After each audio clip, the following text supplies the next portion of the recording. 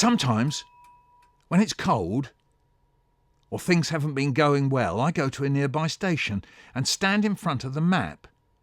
Not the one for the rail routes, the map that shows the station amongst the local streets. On the map there's an arrow and it says, "You are here."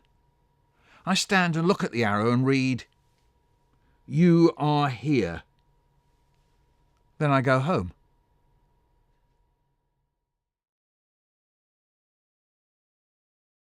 Well, with me today is Francesca Simon, author of, as you may know, the great Horrid Henry books. Look at that great big stack I've got there, Francesca, all owned by my son, who was very cross that I came away with them. He wanted to be absolutely sure I was coming back with them. Did he count them out? He didn't. He did trust me, which is quite rare. And we'll also talk about a much newer book, The Monstrous Child. What a terrible title. So quite scary. Talking of that, I think this is your latest, isn't it? It is. It is your latest, The Monstrous Child. It says on the front, it's a fizzing, gory read. So we know what fizzing is. Gory means full of blood, just in case you didn't know that. At times, stop watching now. The Times says it's monstrously good, and the bookseller says it's dark and very funny. So what I thought we could do this time is we're going to ask Francesca to read the first paragraph. So this is about how you begin a story. How do you dive in? How do you grab an audience? So I'm going to ask Francesca to read this first paragraph, and then we're going to go over some of the words in this first paragraph in order to find out how you did it. So here we go. First paragraph of The Monstrous Child by Francesca Simon. Chapter 1, Corpse Baby. You'd think after my brother the snake was born, they'd have stopped at 1. But no. Next was the wolf Fenrir, and then me. How Mum must have hoped when my top half slithered out that it was third time lucky. A human head! Praise the blood mother! Pink cheeks, pale skin! No scales! 2 arms, 10 little fingers at the end of 2 dimpled hands. Oh, thank you, blood mother. Thank you, Hecla, the fierce one, earth spewer, ancestors all. Finally, finally, I am blessed. Oh, sound the horns, bang the drums. My darling, my baby, my beauty, almost there. So there is the opening of a story. So, Francesca. Yes. I'm getting here quite a lot of shock. Quite a lot of, wow, what's going on here? So first of all, we have 2 words next to each other at the opening of the book, corpse baby. Now this is quite scary because straight away this is very shocking because obviously we think of babies as new life, and then you've got this word corpse, which means dead body. So this is top shock, isn't it? Yes, I mean, we are just a tiny bit of background. This is about the Norse goddess of the dead, who is half human, half corpse. So she's human from the waist up and a corpse from the waist down. But we don't know that yet. No. I know you're telling us that. We don't. So let's stay for the moment. Sorry. No, that's fine. That's lovely that you've said that. But so just strictly from this. I've just read this and I read corpse baby and I think, there's something very odd about this. It's odd but also horrific. And then we say, you'd think after my brother the snake was born. And then immediately I'm thinking, what? You got a brother who was a snake? That she's very matter of fact about. Yeah. She's not saying, oh no, my brother was, she's going, you'd think. She's straight in there. She's straight in there. Laying it on us, like that, yeah. Also that it's her telling the story and that there's something sort of sarcastic about her voice. You'd think after my brother the snake was born, they'd have stopped at 1. So she's talking about her parents. Yes. So we know she's a child. And we know she's got views of her parents that are quite kind of aggressive, negative. And that she has a snake who's a brother. Yeah. And then just in style there, you say it's first person, so it's you, the person who's telling the story. You would think after my brother the snake was born, they'd have stopped at 1, full stop, but no, full stop. So that's very conversational, isn't it? So that's not, a grammatical sentence, but the fun of it is that you whack back. You'd have thought this, but no. So you're already setting up a bit of an argument, aren't you? You are, and that she's quite an aggressive. So in one sentence, you have a really strong, aggressive voice, Yeah. sarcastic voice. And then we got next was the wolf Fenrir. So you've not only got a brother who was a snake, you've also got a brother who was a wolf.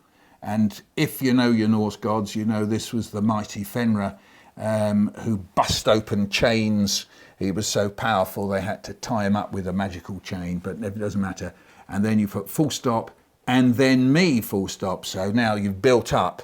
So this is building to a little mini climax, isn't it? And then me. So you must be pretty important if you've got a snake and a wolf as brothers. And then so you. Who are you? But but also We don't you're know not yet, you're not of this world. You're someone a little bit different. Just That's a little for bit. sure.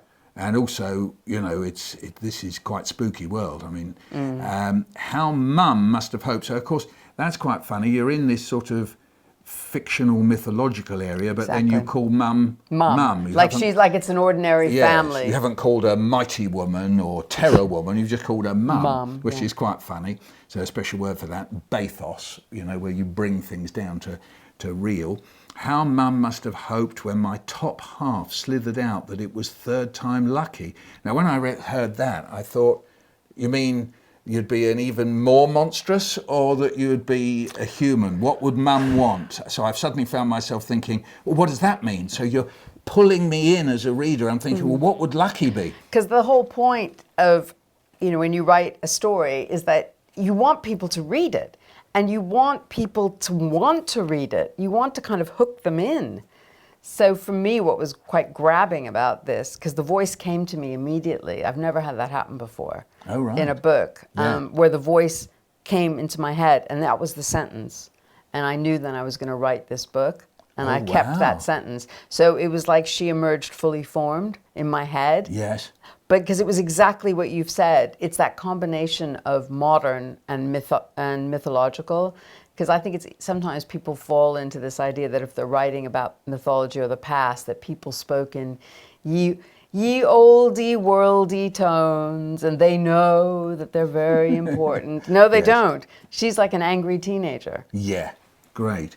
And then we go on, a human head, praise the blood mother. So that's this character saying, praise the blood mother, meaning her mum. Well, so her mum, she's watching her mum give birth to her. She's, watching herself being born. How Mum must have hoped when my top half slithered out that it was third time lucky. So then she adopts her mother's voice. A human head, praise the blood mother. Pink cheeks, oh my gosh, you know, I'm lucky, I'm blessed at last. And then blood mother, who's the blood mother? Yes, we don't know. But again, like corpse baby, blood mother is one of the, it's quite horrifying phrase you've come up with. And she's so thrilled that there's no scales. Like so a she's fish watching or a reptile. Well, she's had a snake. Oh yeah, of course. So she's experienced a baby as a snake. Yeah. So no fur. So she's got pink cheeks and pale skin. So already it's not an animal. Yeah. So maybe this will be and my gosh, it's got 2 arms and 10 little fingers. And then she's giving thanks to lots of. Oh, thank you, blood mother. So who's saying, oh, thank you, blood mother? Her Hell's mother. Yeah. Thank you, Heckler the Fierce One. So we've got a character now. Yeah. Earth Spewer. So that's one of those very old phrases where we can bring things together to describe something. Earth Spewer, like we say skyscraper to mean a high-rise flat. Earth Spewer, called a kenning. Ancestors all. So there's a long line of you. Of these old gods, yeah. Yeah. Finally, I am blessed. So that's Mum saying that. That's all Mum, and I should carry on just reading a little bit more. Oh, sound the horns, bang the drums, my darling, my baby, my beauty, almost there. So this is the first person, the daughter, imagining she's Mum, and so talking in the mum's voice, yeah? Because then it goes, so again the mum, panting, straining, pushing. A little god, a little goddess? Who cared, just so long as... And then slither, plop. Out I come, dangling my rotting legs.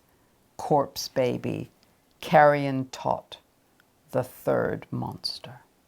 Oh, don't go on. I won't. That's awful. Yes. I bet you're half scared yourself by it, aren't you? a little bit. You know what was very strange about this book? You're a mother. No, but what is strange about this book was that I kind of got used to it. And so I gave it to my dad to read, and he wrote back to me and he said, you know what? He said, I think this is your best book, but I have to tell you that a few putrids go a long way, because I was really getting into describing the kingdom of the dead. It just became normal for me. Yes. And you can sort of forget sometimes that what you're talking about is really horrible. Yes. Well, you've been the way you use these little short sentences, single words, it's made it very punchy. So one way you've built up the tension, instead of having great long sentences with an on the one hand and on the other and then this and that, you've just punched it out, panting, straining, pushing. A little God. You haven't said, is it a little God? You just say, a little God. So this is, just in these first 100 or so words, you've pulled us into this horrific world of birth. We've got lineage, in other words, we've got a dynasty going on, we've of where got these monsters. people are. We've got monsters and so on. This is a disgusting book, Francesca. How dare you? Wonderful. What a great, great opening. Fantastic. Thank you. I loved writing this book. It was because I felt I was kind of channeling her voice, and that's another thing about listening. If you have a character with a really strong personality, a really strong voice, actually letting them talk, listening to your characters is, I think, really important. And this character was so strong that I would just sit down and I would just hear her all the time. It was strange. That doesn't usually happen. This was exceptional, this one. It's quite a ferocious book. But it's funny, but ferocious. Wonderful. Francesca Simon, thanks ever so much indeed. Thank you. That's lovely that you came Michael. and talked to us. Now, it'd be great if you subscribed. That is, you become a subscriber. Look out for the subscribe button. What happens, you see, is that I make new vids every few months, and then I post them up one a week for a while. So if you subscribe, you get to see the new ones just as they come hot off the press. Eeeew.